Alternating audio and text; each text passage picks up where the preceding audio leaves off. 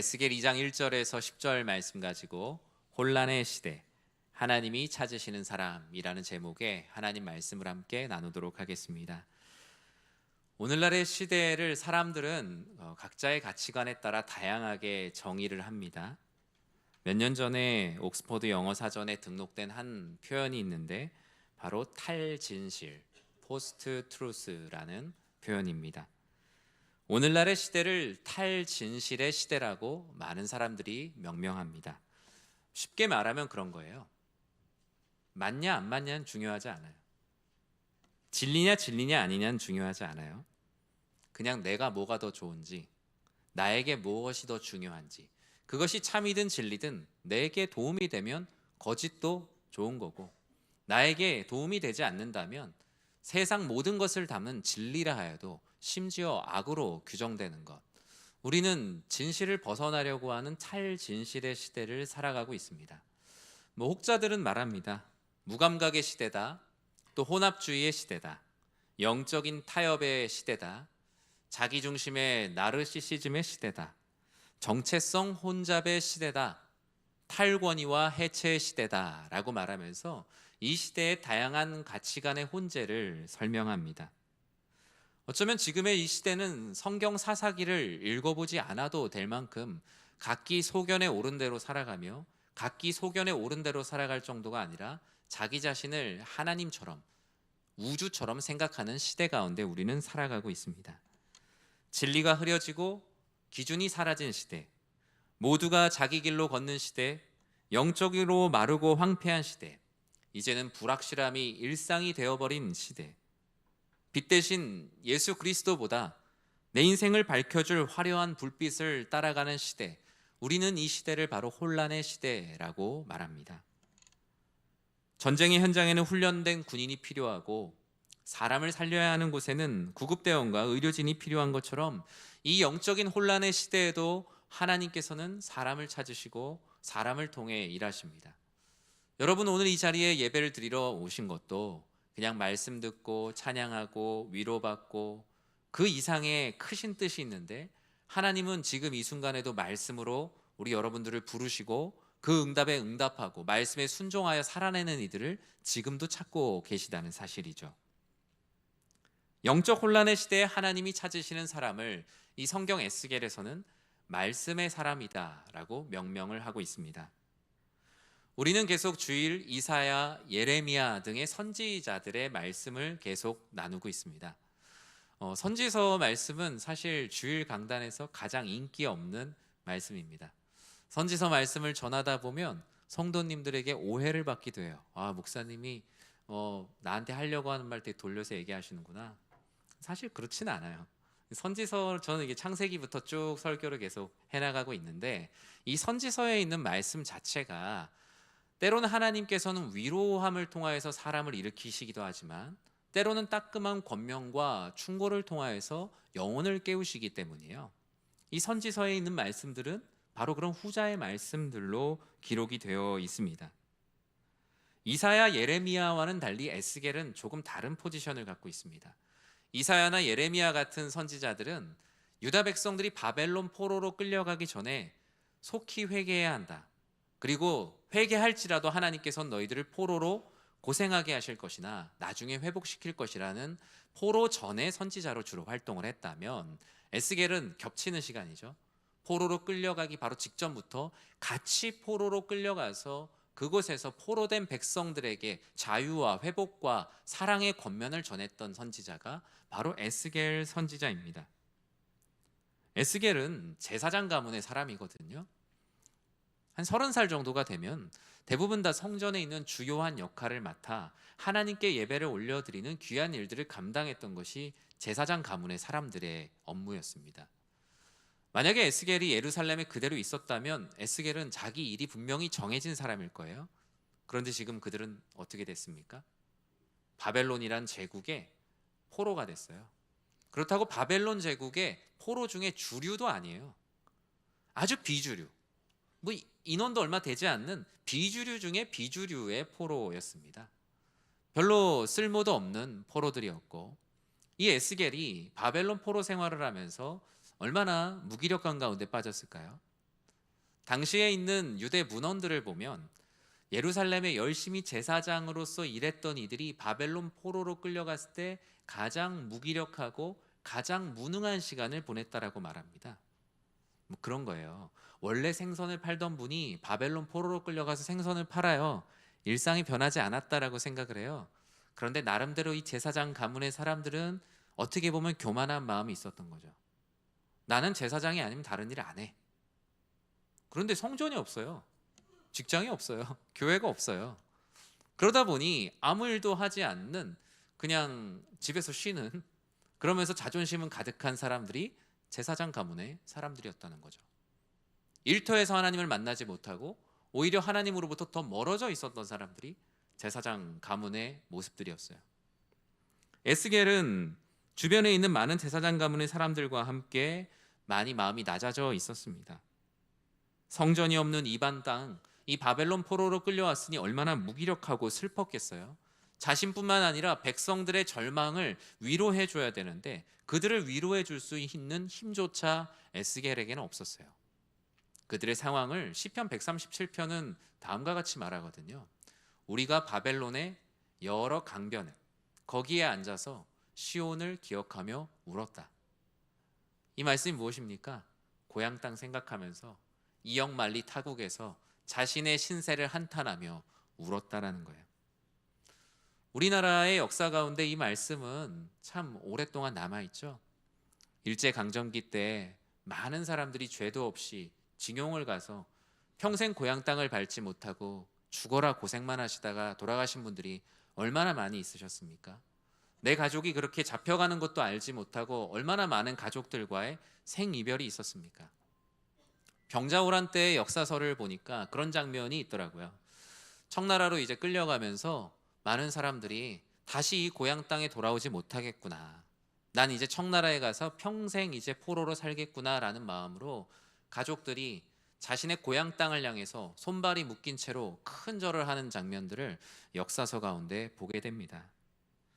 그들은 이제 어디서 어떻게 생을 마감해야 될지 모르기 때문에 희망도 아무런 사명도 민족의 미래도 보이지 않아요. 심지어 하나님께서 예레미야를 통해서 70년 이후에는 다시 너희에게 자유를 선포할 것이며 회복하실 것이라고 말씀하셨지만 크게 와닿지 않는 거죠.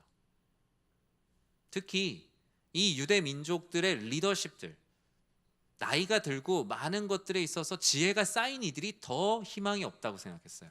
왜냐? 70년 후에 내가 살아있을지 없을지 모르는 거죠. 오히려 한 15살, 20살 정도 됐으면 그래 내가 열심히 신앙생활 하다가 내 인생의 마지막 때에는 그 영광 한번 봐야지 라는 마음을 좀 가질 수 있으나 오히려 유대 민족들의 리더들이 그 가운데 더 좌절하고 우리는 아무것도 할 수 없다라고 생각했다는 거예요. 하나님의 약속도 보이지 않던 때 하나님은 먼저 한 사람에게 하나님의 뜻을 보여주셨는데 그게 바로 에스겔이에요. 에스겔 앞에 하나님께서 나타나셨을 때 에스겔은 어떻게 했습니까? 1장 28절에 그의 모습을 이렇게 기록하고 있거든요. 그 사방 광채의 모양은 비 오는 날 구름에 있는 무지개 같이 하나님이 나타나셨다. 이는 여호와의 영광의 형상의 모양이라. 내가 보고 엎드려 말씀하시는 이의 음성을 들으니라. 에스겔은 하나님의 현현 앞에서 두려웠지만 동시에 반가웠어요. 자신이 제사장 가문의 사람으로 살아냈지만 아무 말씀도 들리지 않는 그 하나님의 말씀 가운데 힘든 시간을 보냈는데 하나님께서 놀라운 환상 가운데 그를 찾아오셨죠. 이 엎드림은 너무나 반가운 엎드림이었어요. 하나님께서는 이 혼란의 시대에 에스겔을 찾으시고 에스겔뿐만이 아니라 나는 이 혼란의 시대에 여전히 나의 사람들을 찾고 있다는 것을 오늘 에스겔 2장을 통해서 보여주고 계시는데요. 혼란의 시대에 하나님이 찾으시는 사람은 과연 어떤 사람일까요? 우리 1절과 2절 말씀을 같이 한번 읽어보겠습니다. 그가 내게 이르시되 인자야 내 발로 일어서라 내가 내게 말하리라 하시며 그가 내게 말씀하실 때 그 영이 내게 임하사 나를 일으켜 내 발로 세우시기로 내가 그 말씀하시는 자의 소리를 들으니 아멘. 오늘 말씀을 통해 보여주시는 혼란의 시대에 찾으시는 하나님의 사람은 바로 말씀 앞에 일어서는 사람이라고 성경은 말씀합니다. 에스겔의 상태는 외적으로 포로고 아무런 능력도 힘도 없는 사람입니다. 시대는 말 그대로 혼란의 시대였고 많은 백성들은 이미 바벨론 문화에 포섭됐어요. 일제강점기 때 일본이 어떤 일을 했습니까? 문화화 정책이라고 하는 정책을 통해서 이름을 바꾸고 배우는 것들을 바꿨어요. 우리의 정체성을 흔들려고 하는, 뿌리부터 그걸 흔들려고 했었는데 이건 옛날부터 있었던 것 같아요. 바벨론 제국도 똑같이 했거든요. 성경에 나오는 다니엘과 친구들 보면 지금으로 얘기하면 중학생 정도 되는 나이예요. 일찍부터 그런 아이들을, 좀 똘똘한 아이들을 일찍부터 바벨론 제국에 등용을 시키고 그들에게 바벨론 문화를 가르치고 바벨론의 신앙을 가르치면서 이 혼란의 시대가 아니라 이건 당연한 시대의 모습이다라는 새로운 가치관을 주입했어요. 그러다 보니 젊은 세대는 이미 혼란의 시대에 다 빼앗긴 상태고 어린 아이들은 이 혼란의 시대에 일찌감치 포로가 되어서 그 시대의 문화 속에서 이것이 상식인 것 마냥 살아가고 있었어요. 이런 일들이 한 세대, 두 세대 지나게 되면 하나님을 믿고 하나님을 신뢰하고 홍해를 가르신 하나님의 놀라우신 은혜, 우리를 구원하신 하나님 모든 은혜는 그냥 그 시대 가운데 그런 일이 있었구나라는 시간으로 사라지겠죠. 그러나 하나님은 쓰러진 에스겔과 같은 포로된 하나님의 백성들을 너무나 사랑하셨어요. 인자야, 내 발로 일어서라. 하나님께서 부르시는 이 부르심은 교리적으로 효력 있는 부르심이라고 말합니다. 우리가 사람을 부를 때에는 우리에게 부르는 음성은 있지만 그 사람을 변화시키는 능력은 없어요. 가난한 사람의 이름을 우리가 부른다고 해서 그 사람의 가난함이 해결될 능력은 없어요. 그러나 하나님께서 우리를 말씀으로 부르시면은 부름의 능력이 있어요. 쓰러진 자를 일으켜 세우시는 은혜.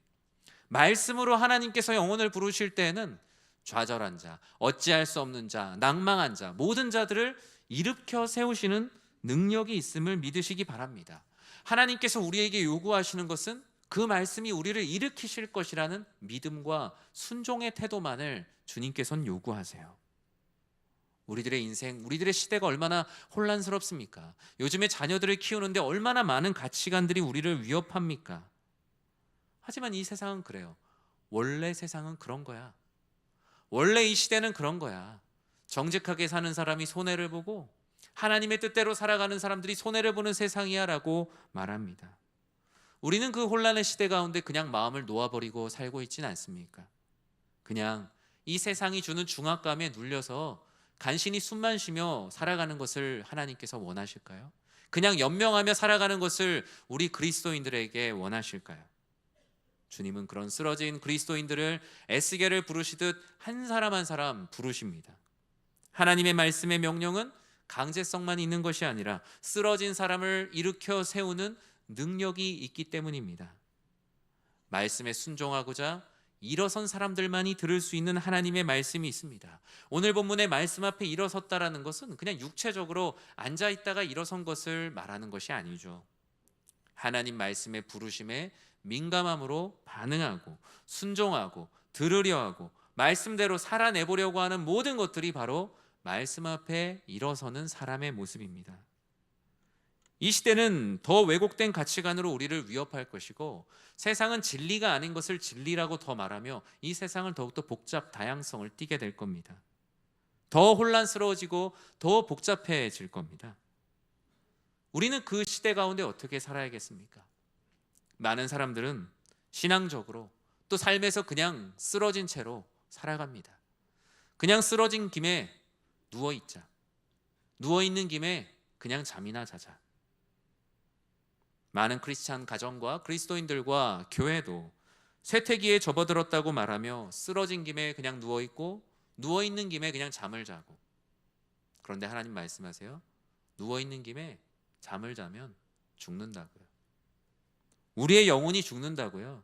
추운 가운데 잠드는 사람을 흔들어 깨우는 것처럼 하나님께서는 우리의 영혼을 흔들어 깨우시며 말씀 앞에 일어서라라고 우리들에게 말씀합니다. 일어나라, 내가 너를 통하여 말하겠다. 일어나라, 내가 혼란의 시대에 너를 통하여 내가 일하겠다. 여러분, 예배의 자리에 나오는 것은요, 바로 하나님의 부르심에 민감하게 반응하기 위해 여러분 이 자리에 있는 겁니다. 그냥 설교자의 설교를 듣고 잘 들었다 뭐 이런 시간이 아니에요.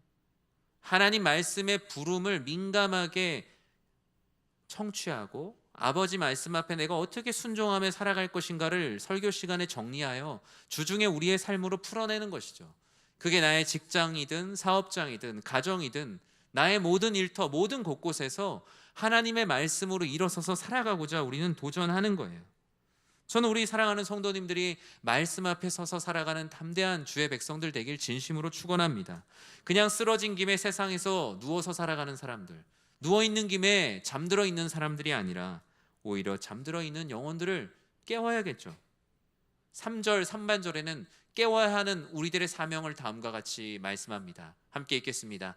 내게 이르시되 인자야 내가 너를 이스라엘 자손 곧 패역한 백성 나를 배반하는 자에게 보내노라. 아멘. 하나님은 혼란의 시대에 하나님이 찾으시는 사람, 담대함으로 진리를 전하는 사람이 되라고 우리들을 부르십니다. 하나님이 없다고 말하는 혼란의 시대 가운데 나 한 사람 그냥 버티는 것으로 하나님은 우리를 부르지 않으셨습니다. 오히려 그 가운데 하나님의 하나님 되심을 모르고 여전히 자신의 뜻대로 그 혼란이 혼란인지도 모르고 살아가는 이들에게 하나님은 나는 너희들을 보낼 것이다 라고 말씀하셨습니다. 혼란의 시대를 살아가는 모습에 대해 성경은 다음과 같이 말씀합니다. 죄를 인정하지 않는다. 오히려 죄 앞에서 하나님 앞에 얼굴이 뻔뻔하고 마음이 굳은 자들이다라고 에스겔은 말씀하고 있습니다. 이런 곳에서 하나님의 사랑과 은혜를 선포하는데 누가 그 일을 할 수 있겠습니까? 오늘날 이 시대는 하나님이 없다고 자신하며 살아가는 사람들이 많습니다. 하나님이 없다는 것이 상식이라고 말하는 몰상식의 시대를 우리는 관통하며 살아가고 있습니다. 하나님은 이 시대 가운데 우리를 보내시면서 마냥 좋은 길이라고 말씀하지 않으셨어요. 포장하지 않으셨어요. 6절은 이렇게 말씀하고 있어요. 인자야 너는 비록 가시와 찔레와 함께 있으며 정갈 가운데 거주할지라도 그들을 두려워하지 말고 그들의 말을 두려워하지 말지어다. 그들은 패역한 족속이라도 그 말을 두려워하지 말며 그 얼굴을 무서워하지 말지어다. 하나님께서 찾으시는 사람, 하나님께서 찾으셔서 부르시는 우리의 삶의 현장은 그 길에는 가시와 찔레가 많다고 해요. 하나님의 뜻대로 살아가는데 우리는 끊임없이 저항과 고통과 공격과 비난을 받는 것에 우리는 자유롭지 못해요. 심지어 단번에 생명을 뺏어갈 만한 독이 가득한 정갈과 같은 위협이 있다고도 말해요. 오늘날 한국교회의 가장 큰 자성의 목소리는 무엇이냐면요, 고난과 축복을 분리해 놨다라는 거예요. 고난은 하나님이 없는 것처럼, 잘 되는 일에는 하나님이 계신 것처럼 이분법적인 신앙으로 신앙을 교육해 왔다는 거예요. 신앙이란 무엇입니까? 고난 가운데 함께 하시는 하나님을 만나는 것이요, 은혜 가운데 축복 가운데 만나는 하나님의 은혜를 만나는 것이요, 때로는 일이 잘 되지 않을 때 하나님을 만나는 것이요, 내 인생에 죽고 싶을 만큼의 절망을 겪을 때 그 절망 속에서 만나는 하나님을 소개하고 건면하는 것이 진정한 신앙이죠. 그러니까 그렇게 교육하지 않으니 고난, 하나님이 없구나, 다 떠나는 것이죠. 고난 중에 함께 하시는 하나님을 만나야 되는데요, 잘 되는 가운데 하나님을 만나는 것을 우리는 기억해야 하는데요, 하나님은 에스겔 너만큼은 두려움 없이 외쳐야 된다라고 말씀하셨어요. 두려움은 말씀을 기억하는 일에 장애물이 되기 때문에 내가 너를 통하여 이 혼란의 시대에 우리의 믿음 앞에 있는 모든 장애물을 걷어내기 원한다. 에스겔, 내가 너와 함께 할 것이니 너는 내가 찾는 사람이니 내가 너와 함께 일하기를 원한다. 7절에서는 다음과 같이 그 때를 이렇게 말씀해요. 함께 읽겠습니다. 그들은 심히 패역한 자라. 그들이 듣든지 아니 듣든지 너는 내 말로 고할지어다. 아멘. 듣든지 아니 듣든지 하나님의 말씀을 전하고 심는 삶이 바로 하나님께서 찾으시는 말씀의 사람입니다. 앞서 우리 청소년부 수련회 이제 이번 주에 합니다, 기도해 주세요 하는 영상을 보셨어요. 청소년 시기에 저는 청소년 사역을 하면서 그런 생각을 했어요. 나는 계속 심는 사람이다. 이게 제가 아이들을 담당하는 고등부 시절에 발현될 수도 있지만 인생에 정말 하나님의 말씀이 필요할 때, 정말 영적으로 배고플 때, 우리 자녀들이 하나님을 찾고자 하는 그 기근이 있을 때 옆에 심어놓은 그 하나님의 말씀이 열매를 맺어 크게 자라서 아이들이 따먹을 수 있는 그 열매가 되었으면 좋겠다. 그러려면 어떻게 해야겠습니까? 이 혼란의 시대 가운데도 담대히 진리를 전해야 하죠. 여러분의 자녀가 신앙으로부터 떠나 있다면 지금 당장은 신앙생활하지 못하더라도 아이들이 배고플 때 먹을 수 있도록 옆에다가 끊임없이 밥상을 계속 차려놔야죠. 엄마 아빠가 나갔을 때 잠시 그 문을 열고 나와서 그 밥을 먹을 수 있도록 하나님의 은혜의 밥상을 계속 차려놔야죠. 그것은 가정뿐만 아니라 이 세상 가운데도 마찬가지예요. 여러분 주변에 복음을 전하는데 잘 듣지 않는 영혼들이 있어요. 오히려 핍박하고 우리를 조롱하는 많은 사람들도 있어요. 하지만 그 영혼을 위해서 계속 밥상을 차려놔야죠. 그럼에도 불구하고 참 다행이라는 생각이 드는 것이 있어요. 오늘날 정말 기독교가 얼마나 많은 사람들로부터 지탄을 받습니까?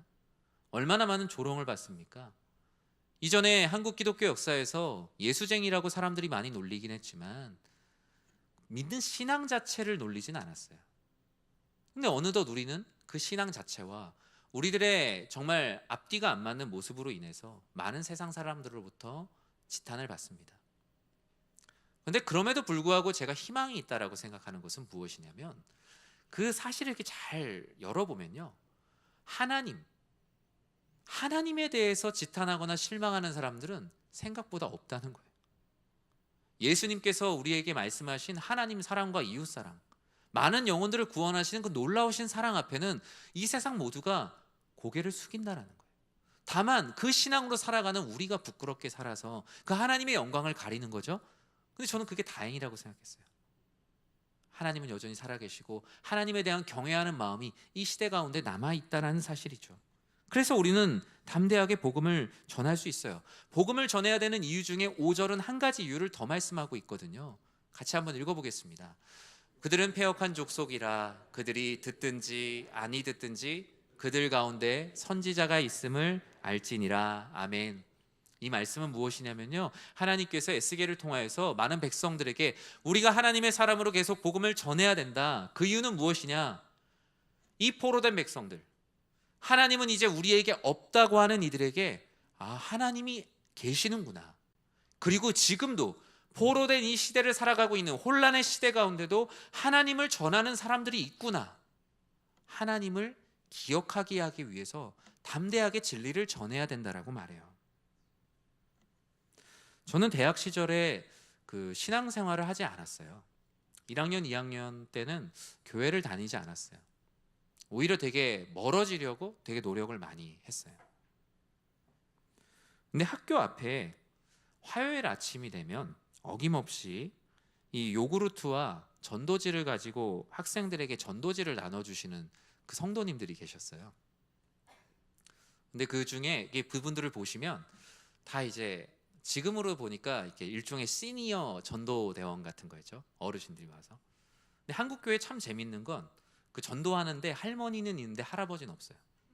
이거 되게 심각하게 고민해봐야 되는 문제입니다. 우리 교회 리더십이 어떻게 되어가고 있는가. 전도 현장에 할머니들은 많은데 할아버지는 없어요. 할아버지들 다 돌아가신 거 아니잖아요. 할머니들이 나오셔서 열심히 복음을 전하고 계셨어요. 요구르트, 시원한 요구르트에다가 한 할머니는 항상 빨대를 꽂아서 저에게 주셨거든요. 전도지를 보면 이제 우리가 잘 아는 거예요. 주 예수를 믿으라. 그리하면 너와 내 집이 구원을 얻으리라. 그러면 그 학생들이 그 받는 모습을 보면 아주 그 모습이 다양해요.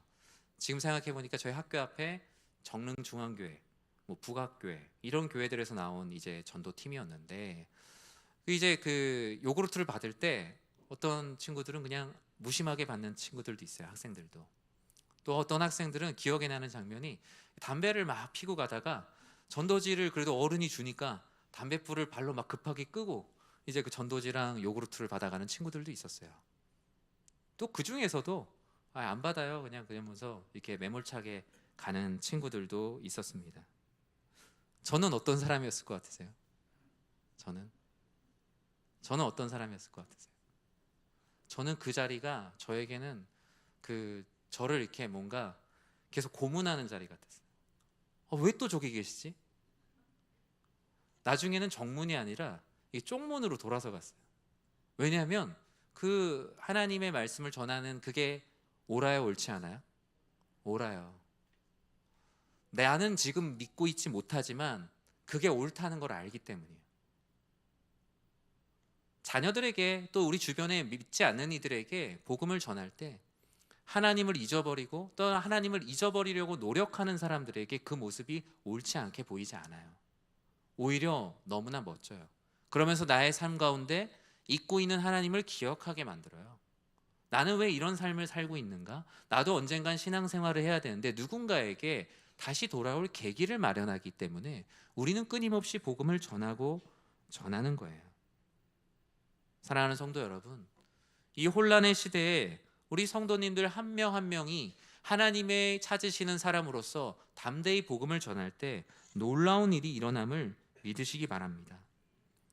그 말이 즉시 열매 맺지 않아도 한 영혼의 구원은 수많은 이들의 외침의 총합이라는 것을 우리는 반드시 기억해야 해요. 8절에선 이어서 다음과 같이 말씀합니다. 함께 읽겠습니다. 너 인자야, 내가 내게 이르는 말을 듣고 그 패역한 족속같이 패역하지 말고 내 입을 벌리고 내가 내게 주는 것을 먹으라 하시기로. 아멘. 혼란의 시대에 하나님이 찾으시는 사람, 그 세 번째는 바로 말씀을 먹고 말씀으로 살아낸 사람입니다. 오늘 본문에 하나님께서는 에스겔에게 말씀하셨어요. 말씀을 먹으라고요. 내 입을 벌려서 말씀을 먹으라. 여러분, 그 자연 다큐멘터리 보면 어미 새들이 먹이를 물고 와서 아기 새들이 있는 둥지에다가 먹이를 주는 그 장면들 다 보셨을 거예요. 그 중에 입 안 벌리고 있는 새 있습니까? 한 명도 없습니다. 입을, 저는 이제 뭐 제가 수의학을 한 것도 아니니까 새가 어느 정도로 입이 벌어지나요? 이 턱관절의 가동 범위가 어느 정도인지 모르겠는데 거의 뭐 180도 이상 막 벌리는 것처럼 입을 쫙 벌려요. 그리고 그 아기 새에게는 내가 지금 저걸 먹지 않으면 나 오늘 죽을 수도 있다는 마음으로 오직 어미 새만 바라보고 입을 크게 벌립니다. 심지어 한낱 동물도 내가 이것을 먹어야만 살 수 있다는 간절함으로 입을 크게 벌리고 있어요. 예전 드라마 장면을 보면 전 그런 장면이 기억납니다. 꼭 주인공이 이제 되게 힘든 시간을 막 보내는데 이제 뭐 고시 준비를 하는 거죠. 그러면 영어 단어를 외우면 그 단어 외운 장을 찢어서 어떻게 해요? 먹어요. 이거 왜 먹는지 아시는 분 있으세요, 혹시? 당시 기름은 뭐 콩기름 인쇄도 아니었을 것 같고 먹으면 되게 안 좋았을 것 같은데 왜 먹죠? 혹시 드신 분 있으신가요? 아니면 주변에 이렇게 왜 드셨어요? 왜? 제가 찾아봤어요. 왜 사람들이 먹었는가? 첫 번째 이유는 내가 여기까지 다 외웠다라는 성취의 표현이래요. 굳이 그렇게 안 해도 될 것 같은데 찢어서 먹었습니다. 그리고 내가 이 책 다 씹어 먹는다, 다 외우겠다라는 결연한 의지로 먹었다고도 해요. 그런데 핵심은 그건 것 같아요.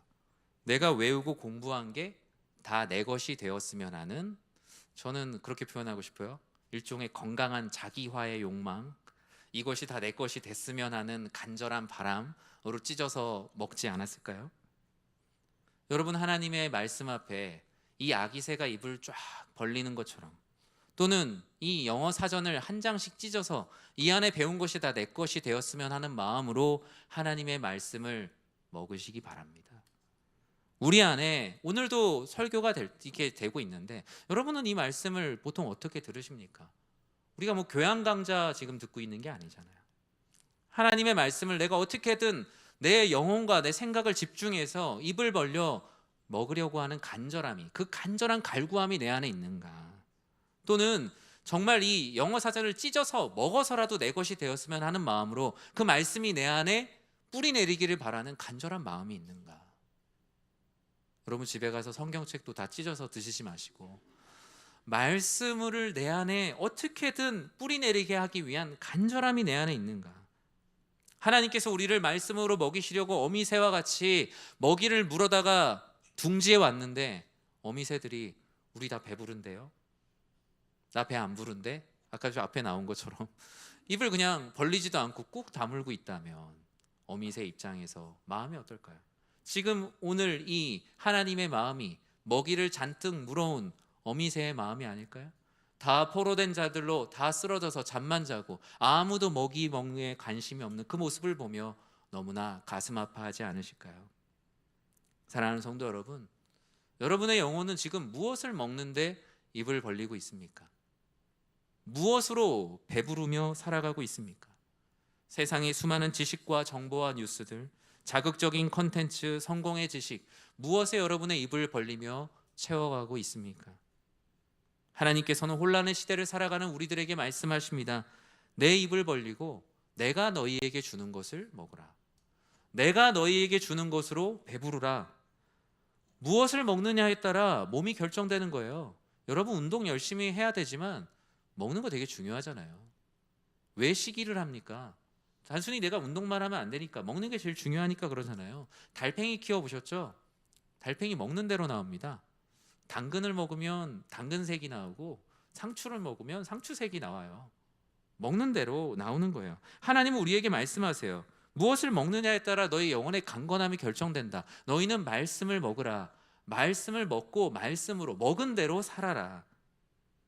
우리의 입 벌리고 먹는 시간이 하나님 말씀 앞에 있는 우리 사랑하는 모든 성도님들 되시길 주님의 이름으로 축원합니다. 말씀을 맺습니다. 이 혼란의 시대에 하나님이 찾으시는 모두가 되시길 진심으로 축복합니다. 그냥 쓰러진 채로 세상은 원래 그런 거야 라며 머물다가 누워있다가 잠들다가 죽어가는 인생이 되지 마시고, 일어서게 하신 주님의 말씀과 사명을 따라 여전히 일어나지 못하고 있는 이들에게 말씀을 전하고 말씀을 먹이고 말씀으로 살아내는 말씀의 사람이 되십시오. 오늘 에스겔에게 말씀하신 인자야 일어서라라는 말씀에 순종하여 말씀으로 승리하는 우리 사랑하는 모든 성도님들 되시길 주님의 이름으로 간절히 축원합니다.